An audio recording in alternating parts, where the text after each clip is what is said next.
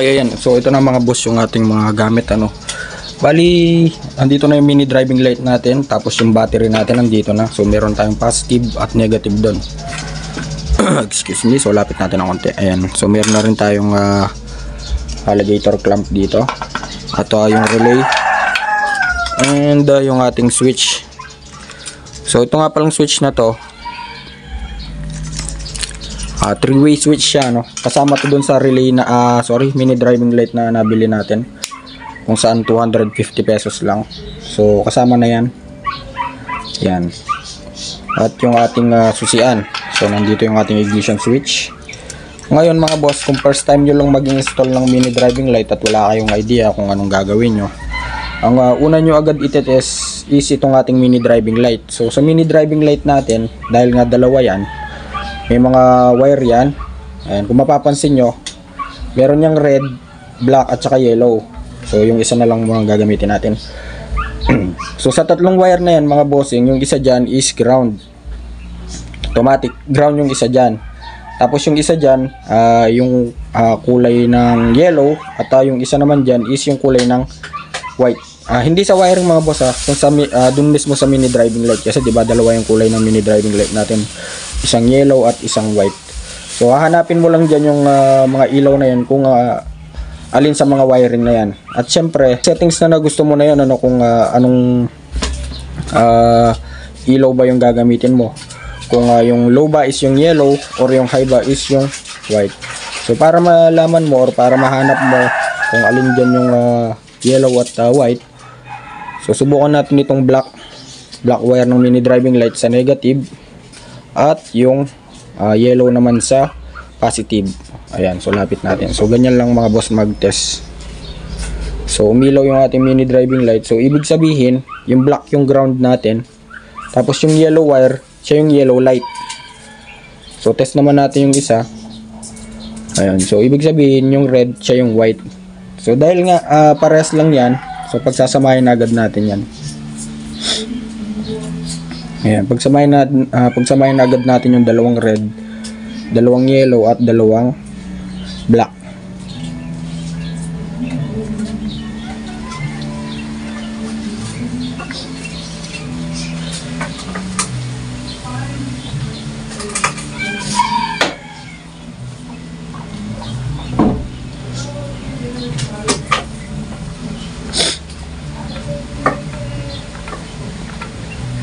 So ayun, tulad nga ng sabi ko mga boss, yung kulay black ng mini driving light natin is siya yung ground.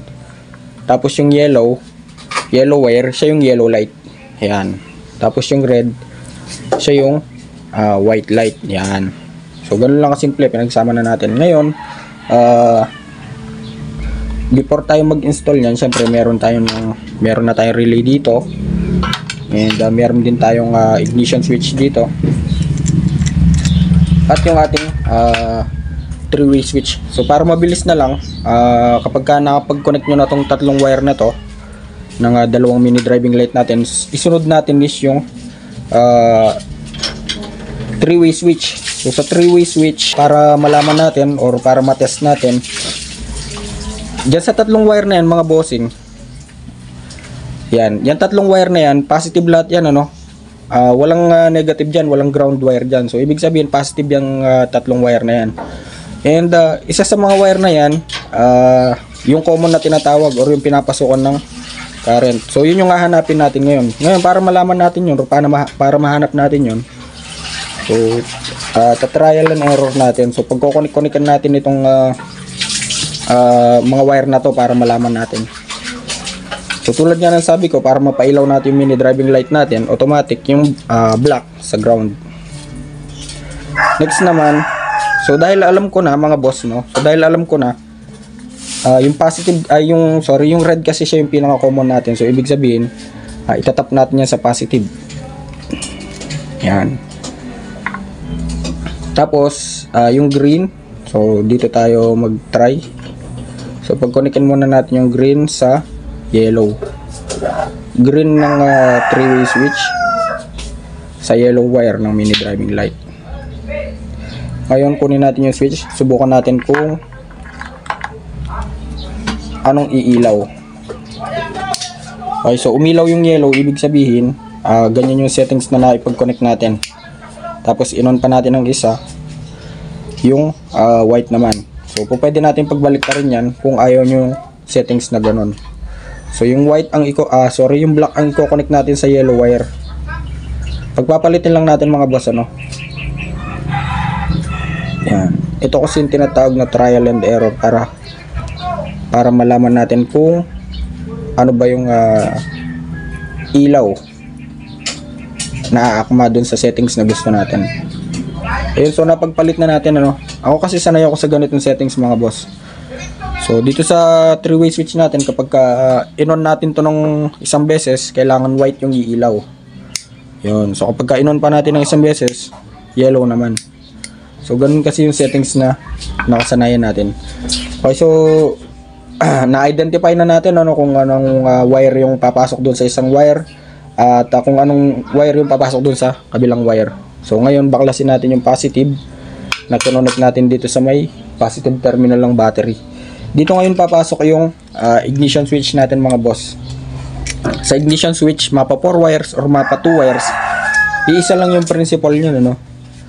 So kapag nakakita kayo ng red wire, yan, sa ignition switch natin, automatic yan yung connected galing sa positive terminal ng battery. Ngayon kapag in-on mo yung ignition switch mo, yung positive na yun lilipat lang dito sa may black wire or yung tinatawag natin na accessory wire. Sa accessory wire, napakaraming connected dyan: headlight, busina, brake light, tail light, starter at iba pa. So dahil nga excuse me, magko-connect tayo ng mini driving light na isang relay. So try muna natin para magkaroon kayo ng idea. So kapag itong red ng 3-way switch, i-connect natin dito, and kontrolado na siya ng ignition switch mga boss, ano. So ibig sabihin hindi na siya on basta-basta kapag hindi nakasusi yung ating ignition switch. For example, ayan. So kapag in-on natin to, ay naka-off siya. So kapag naka-off siya, no, hindi ilaw yan. Ngayon kapag in-on natin yung susian, dun pa lang iilaw yung ating mini driving light. So kontrolado na siya ng ating ignition switch. Ngayon dahil nga maglalagay tayo ng relay, tanggalin muna natin to. So dahil nga maglalagay tayo ng relay, dito na papasok yung relay natin. So sa relay natin, 5-pin relay nga pala to mga bossing, ano. So tinanggal ko na lang yung isa doon, yung 87A sa gitna, para hindi na siya sagabal dito sa ating tutorial. So kapag hinugot natin yung socket sa relay natin, meron tayong mga numberings dyan. Meron tayong 30, 85, 86 at 87. So 87A yung sa gitna pero pinutol na natin. Ayun. So ibig sabihin kapag nilagay natin yung socket, ang magiging 30 is itong kulay brown. Magiging 85 is yung green. Yan, 86 is yung purple at 87 is yung ating orange. Yan. Balik muna natin. Ngayon, para ma-connect natin to mga boss, kailangan natin gumamit ng fuse dito. So may fuse tayo dito. Yan, so automatic i-connect na natin yung fuse para safety. For safety to, no. Wag nyo tong tatanggalin. Ayan, sorry. Yung fuse na yun, i-connect natin sa 30. Tapos yung kabilang wire ng fuse, ayan. Brown is yung 30. Tapos yung kabilang wire ng fuse, ko-connect natin yan sa positive terminal ng battery. Direkta yan. Yan, so dyan connected yan.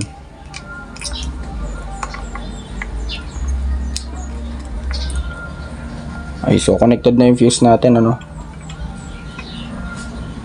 Yan. Andiyan pa rin yung ignition switch natin mga boss. Ngayon dito sa relay natin, ayan, yung 87, siya yung tatakbo ngayon dito sa may switch, sa 3-way switch na kinonect natin, yung red wire ng 3-way switch. Yan yung i-connect natin sa orange kasi yan yung output. Yan.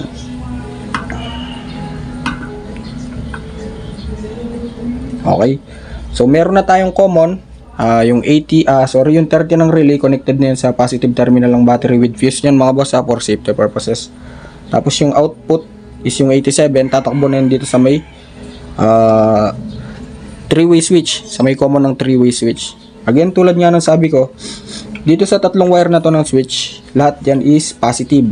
So even tong orange wire na to, tong 87, positive yan. Ngayon, balik tayo dito sa relay. Sa relay, meron tayong trigger na tinatawag dyan. Natanggal yung ating 30.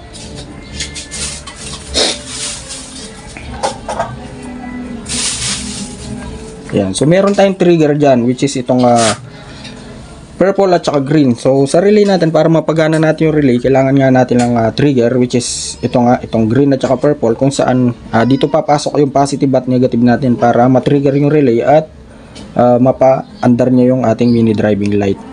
So, ang sabi, yung 85 is green. So, i-connect na natin to sa ground. Yan.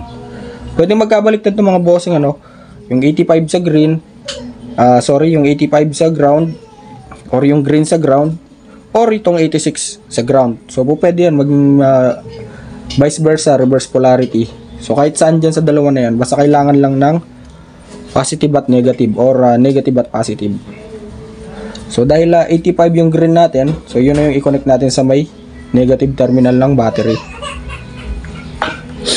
Okay, so isama na natin yan dito sa negative. Or pwede rin to sa chassis mga boss, kung saan mas malapit. Mas mainam kung sa chassis kasi hindi na kayo gagamit ng mahabang wire. Yan, so connected na yung ground ng ating mini driving light, ground ng relay. So positive na lang yung kailangan para ma-trigger yung ating relay. So dito na ngayon papasok yung accessory wire. So yung 86, so yung i-connect natin sa may accessory wire. Yan. So ayan, connected na mga boss, Yan. Na i-connect na natin yung yan, wait lang, ayusin lang natin. So na-connect na natin yung ating 86 sa may accessory wire. Again, yung brown ng ating relay, which is 30, ayan, dinugtungan natin ng fuse. Yan, may fuse yan, 15 amps fuse. Tapos yung kabilang wire ng fuse, tumakbo na yan sa positive terminal ng battery.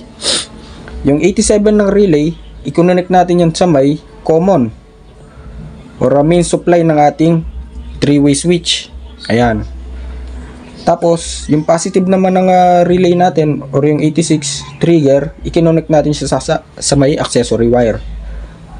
Tapos, yung ground, ayun, kinonect na natin sa negative terminal or yung green. So, ganun lang kasimple mga bossing. At yun, subukan na natin. Kontrolado pa rin yan ng ating ignition switch mga boss, On na natin to. At kailangan iilaw na yung ating mini driving light. Yun, so umilaw yung ating mini driving light with one relay. So ganun lang kasimple mga boss. Ngayon, kung mapapansin nyo dito,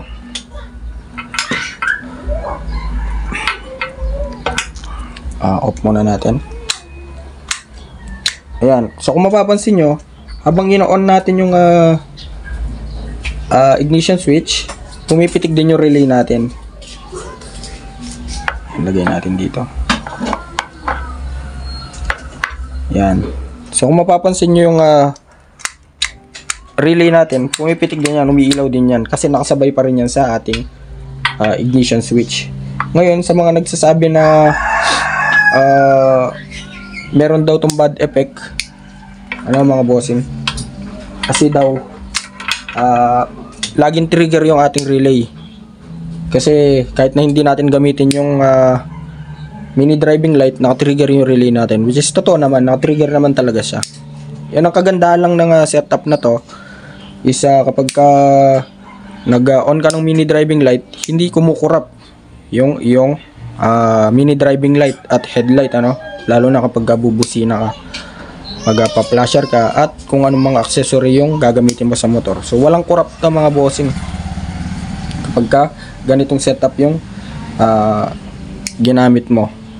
Siyempre inspired by Becky Works, by Edel Llamas. Yun, isa sa mga idol natin mag-wiring yan pagdating sa pag-wiring.